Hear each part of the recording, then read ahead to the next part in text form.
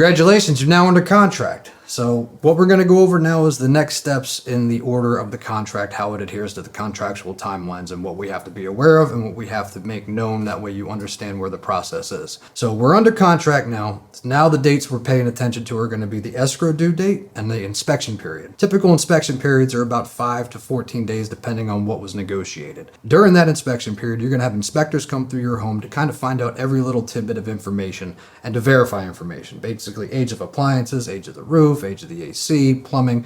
It's basically ensuring that that property is everything that that buyer is looking for and to make sure there's nothing hidden that may be an issue later on. During this period, everything is usually open for negotiations. So you may have a buyer come back to you asking to repair a few things, or maybe just asking for a credit for something that may be at its life expectancy. Good example is a water heater. Typical water heater lasts 10 to 15 years.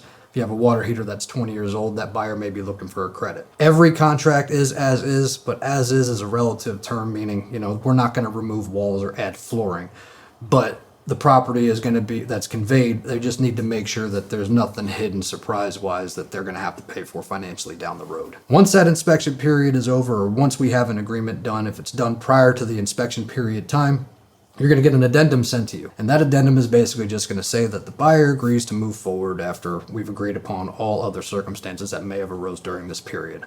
Prior to that inspection, you're going to have an escrow period that's due, and the escrow is a down payment that the buyer is putting down to show you that they're interested in buying your property. So even though we're under contract now, we are still going to mark everything for backups, and we're still going to constantly show your property during this period. So we do that basically because nothing is ever done until it's signed, sealed, delivered. We are going to keep pushing this property forward. We're going to keep marketing this property until not only are you at the closing table, but the funds have cleared and are in your account. So we do have the next stage, which we're going to go over in the next video. So just stay tuned.